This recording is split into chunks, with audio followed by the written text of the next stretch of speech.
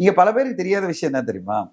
Commercial வெற்றி என்பது என்ன, வணிக ரீதியில வெற்றி என்பது என்ன, பாக்ஸ் ஆஃபீஸ் வெற்றி என்பது என்ன. வணிக ரீதி வெற்றி என்ன தெரியுமா? நான் போட்ட 4 கோடி நான் இப்படியே எடுத்துனா, அதுதான் நான் கேட்கிறேன். இப்போ அது ஏ சர்டிபிகேட்னா உங்களுக்கு டாக்ஸ் இஷ்யூஸ் இருக்கும். கரெக்ட். அதெல்லாம் கிடையாது. அதெல்லாம் முன்னாடி, இப்பெல்லாம் கிடையாது. தமிழ்நாட்டுல அது கிடையாது. தமிழ்நாட்டுல ஏ சர்டிபிகேட் ஒரு டாக்ஸ், பி சர்டிபிகேட், அதாவது யூஏக்கு ஒரு அதெல்லாம் கிடையாது. அது முன்னாடி இருந்தது.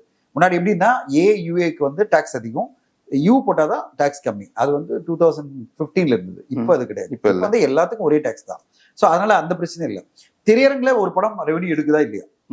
இப்ப திரையரங்குல எவ்வளவு படம், அந்த படம் வந்து ஆவரேஜான ஒரு ரெவன்யூ வந்து வச்சுங்களேன், சப்போஸ் பெருசு. ஆனா ஓடிடில மிகப்பெரிய விலைக்கு போச்சு. அது பிறகு என்னன்னா மிகப்பெரிய சக்சஸ் என்னன்னா, ஓடிடில அந்த படம் வந்து நெட்ஃபிளிக்ஸ்க்கு பெரிய ட்ரெண்டிங், 2 வாரத்துக்கு பெரிய லெவல்ல வெற்றி.